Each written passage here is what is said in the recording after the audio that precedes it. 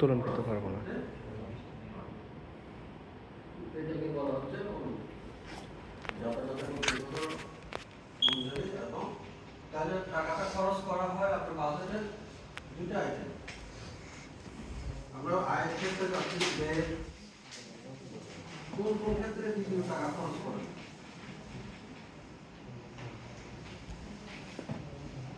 এটা জানেন তো? না স্যার।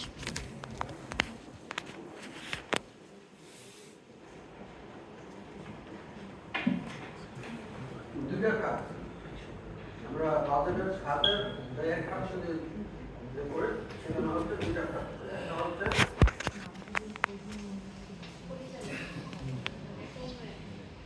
একটা হচ্ছে পরিচালনা আর একটা হচ্ছে মূলধন বা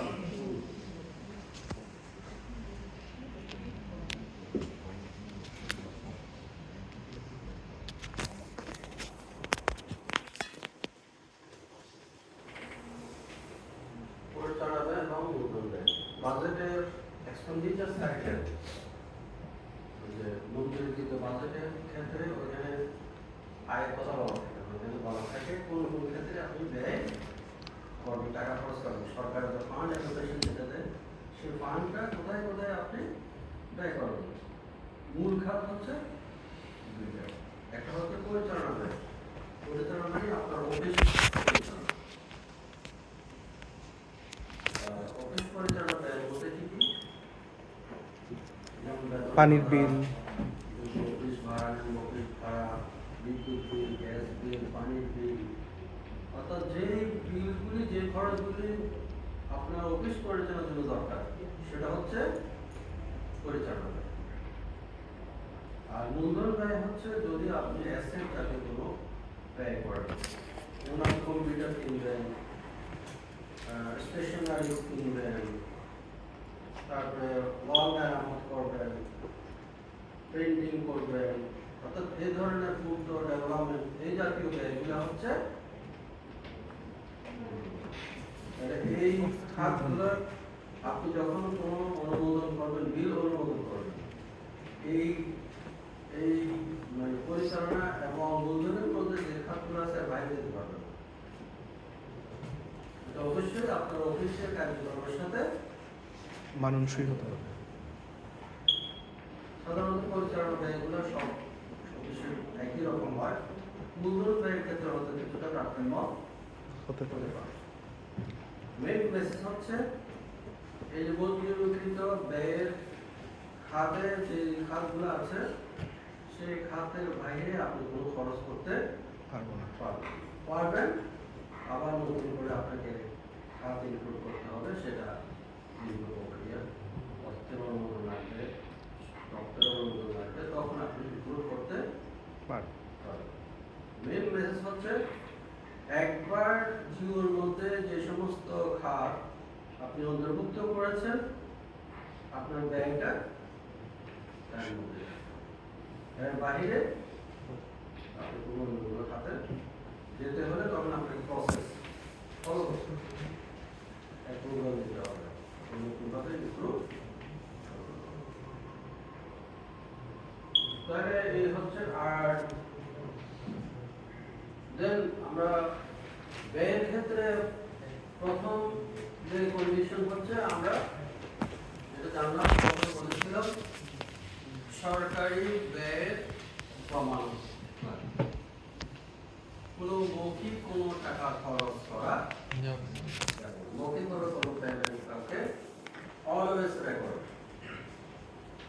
ছাড়া কোনো টাকা সরকারের খরচ করা, সে রেকর্ডটা কি ওই যে বিল সাবমিট করবে, সেটা পেমেন্ট হবে, দ্যাট ইজ ভাউচার।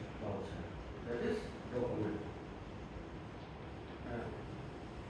আপনারা অনলাইনে এখন বিল সাবমিট করছেন, সিস্টেমের মধ্যে এখন রেকর্ডেড রেকর্ড মূলত অফিসে অনলাইনে দেওয়া হয়, আবার হার্ড কপি দেওয়া হয়। ভবিষ্যতে এগুলো অনলাইনে এটা রেকর্ড হিসাবে সিস্টেমে রেকর্ড রাখবে। তাহলে রেকর্ড কিপিং হচ্ছে ব্যয়ের ক্ষেত্রে একটা গুরুত্বপূর্ণ বিষয়। আর এই ক্ষেত্রে আপনারা দেখবেন হিসাব শাখায় কখনো গিয়েছেন? আপনারা গেছি স্বাক্ষর দিতে, ফিক্সেশন করতে গেছিলাম না। এখান থেকে পেলাম হিসাবের ক্ষেত্রে একটা হচ্ছে জেনারেল রেজাল্ট, সাধারণ খতিয়ান, জমির খতিয়ান না, খতিয়ান। সাধারণ খতিয়ান। আর আছে অনেকগুলো স্পেসিফিক রেজাল্ট। সাধারণ খতিয়ান হচ্ছে কোনো অফিসে যত রকম লেনদেন হবে, লেনদেন মানে টাকা জমা পয়সা। এবং খরচ, যা জমা হবে যা খরচ হবে সকল হিসাব একটা সাধারণ খতিয়ানে অন্তর্ভুক্ত থাকে। অর্থাৎ জমা দিকে জমা, খরচ দিকে ক্যাশ বুক। আর এর মধ্যে সবচেয়ে ইম্পর্টেন্ট হচ্ছে ক্যাশ বুক। ক্যাশ বুক হচ্ছে আপনার অফিসে যে ফান্ডটা দেওয়া হয়েছে, সেই ফান্ডটা দেওয়া হয় একটা নির্ধারিত অ্যাকাউন্টের মাধ্যমে। সেটা হতে পারে ডিডিও নামে, যেমন আমাদের বারের মহাপরিচালকের নামে আমরা সরকার থেকে যে রাজস্ব থেকে যে ফান্ডটা পাই, এটা হচ্ছে মহাপরিচালকের নামে ফান্ডটা দিয়েছে। সেটা আমাদের বারের 1 নম্বর অ্যাকাউন্ট। কিন্তু আপনাদের এরকম একটা সরকারি ট্রেজারি থেকে যে বরাদ্দটা আপনাদের দেওয়া হয়, একটা অ্যাকাউন্টে দেওয়া হয়। সেই অ্যাকাউন্টটা কোথায় খোলা হয়? ব্যাংকে। ব্যাংকে, ব্যাংক অ্যাকাউন্ট।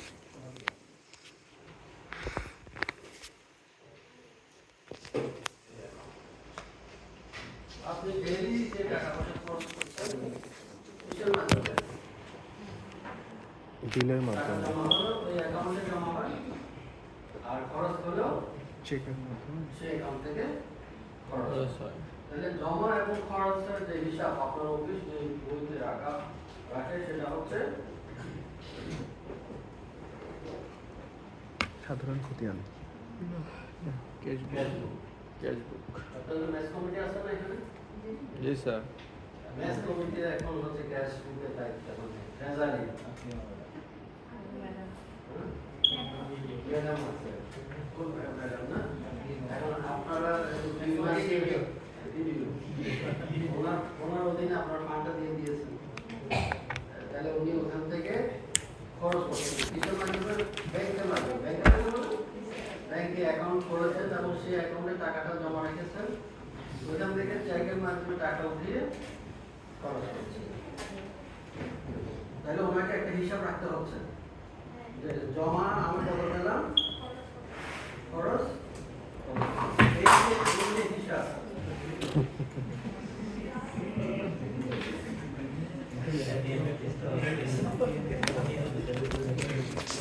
এটা হচ্ছে জমা।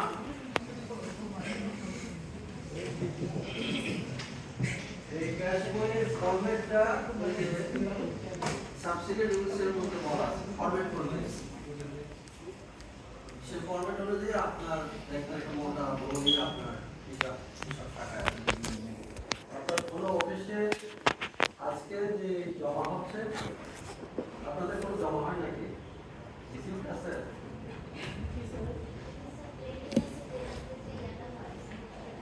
হোস্টেল ভাড়া, সিট রেট। ফি দেয় কিনা? মানে একজন আমি প্রশিক্ষণ দিল, সেই প্রশিক্ষণের ফি দিয়ে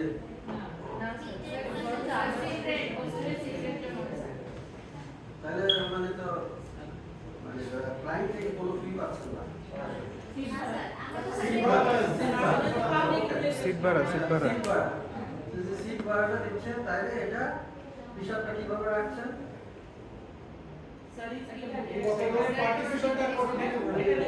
মানে সিট ভাড়া কত সেটা বলছেন, সিট ভাড়া যেটা পেলেন সেটা কিভাবে রাখা হবে?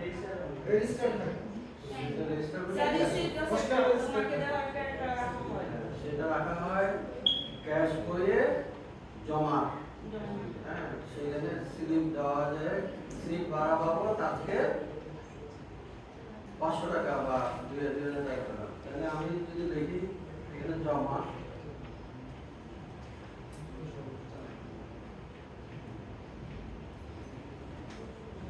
এখানে কিছু কথা আছে। এখানে হচ্ছে ক্রমিক, তারিখ, বিবরণ,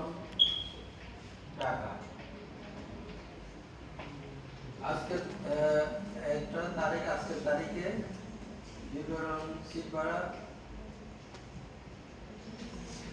2000 টাকা। এই 2000 টাকাটা কোথায় জমা হবে?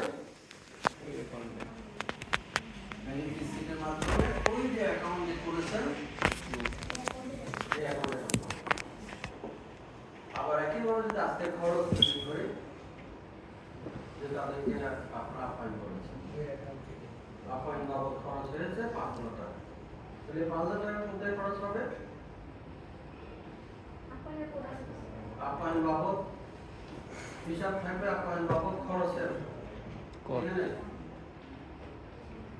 এখানে একইভাবে এই কলামগুলো থাকবে, ক্রমিক, তারিখ, বিবরণ, টাকা।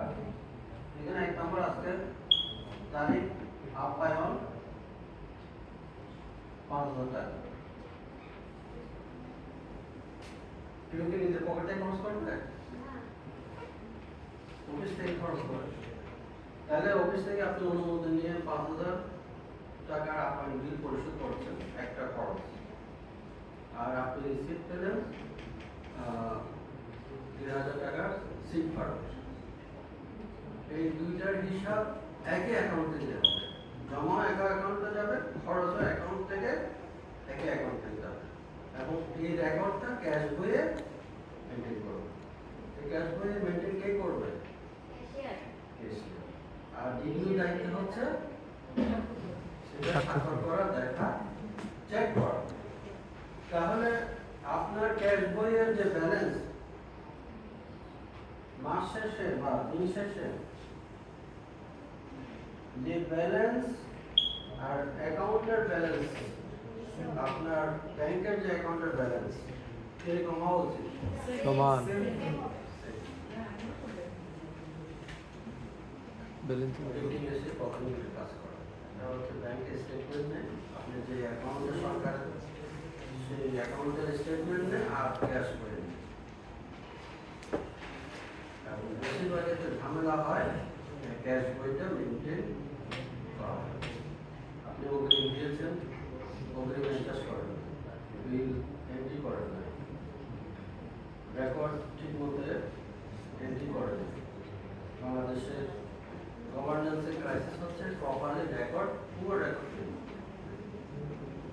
আর যখনই এই রেকর্ডের সাথে মিলে যায় তখনই অবশ্যই মিলে করা। সুতরাং যে অফিসের ক্যাশ বই প্রপারলি মেনটেন করে সেই অফিস ফাইন্যান্সিয়ালি ভালো সাকসেসফুল। এই জন্য ডিডিও যখন পাবেন, ডিডিওর অন্যতম দায়িত্ব হচ্ছে সাধারণ অনুযায়ী প্রতিদিনের ব্যাংক স্টেটমেন্ট এবং আপনার ক্যাশ বই চেক করা হচ্ছে, যে আপনার ব্যাংক স্টেটমেন্টের সাথে আপনার ক্যাশ বইয়ের মিল আছে। প্রতিদিন সম্ভব না হলে অন্তত প্রতি মাসে একবার চেক করা হচ্ছে, কারণ এখানে অ্যাকাউন্ট সার্ভিসের গ্রুপ থাকে, সেটা এনশিওর করার দায়িত্ব হচ্ছে। কারণ আপনি যখন ডিজি হবেন আলটিমেট রেসপন্সিবিলিটি, এখন সার্ভিস কোনো রেসপন্সিবিলিটি নিবে না।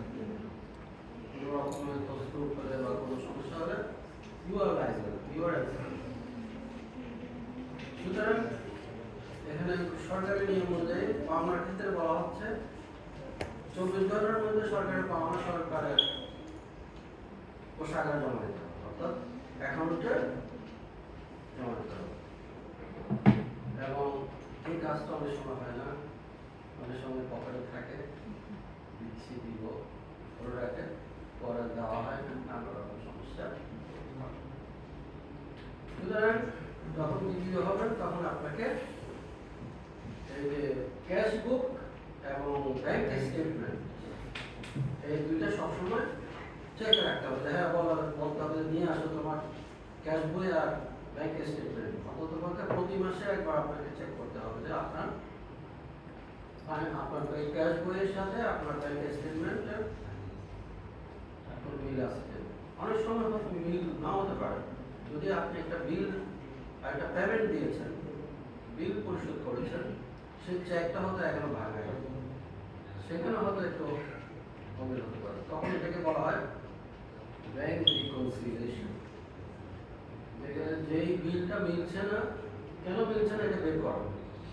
এটা বের হতে হয় তার একটা বেসিক রিজন থাকে। আমি বিলটা ইস্যু করেছিলাম, চেক দিয়েছিলাম, এখনো কন্ট্রাক্টর সে বিলটা পেমেন্ট নেয় নাই, তাহলে আমি বুঝতে পারবো যে না আমার হিসাব ঠিক আছে। এটাকে বলা হয় ব্যাংক রিকনসিলিয়েশন। এটাও করতে হয়। ব্যাংক রিকনসিলিয়েশন মানে কোনো জায়গায় গ্যাপ হলে সেই গ্যাপটাকে বের করা, এটা কোথায় ফল্টটা হলো সেটা খুঁজে বের করা। তাহলে আমরা এখন ব্যয়ের ক্ষেত্রে কি লাগবে, উইথড্রল দ্বারা মিনিং অ্যামাউন্ট ছাড়া কোনো সরকারি টাকা আমরা খরচ করতে পারবো না। পারবো না। দ্বিতীয় কন্ডিশন হচ্ছে ব্যয়ের ক্ষেত্রে কি হবে, কি এভরি রেকর্ডস। রেকর্ড আপনাকে রাখতে হবে। আমাদের সময় কম।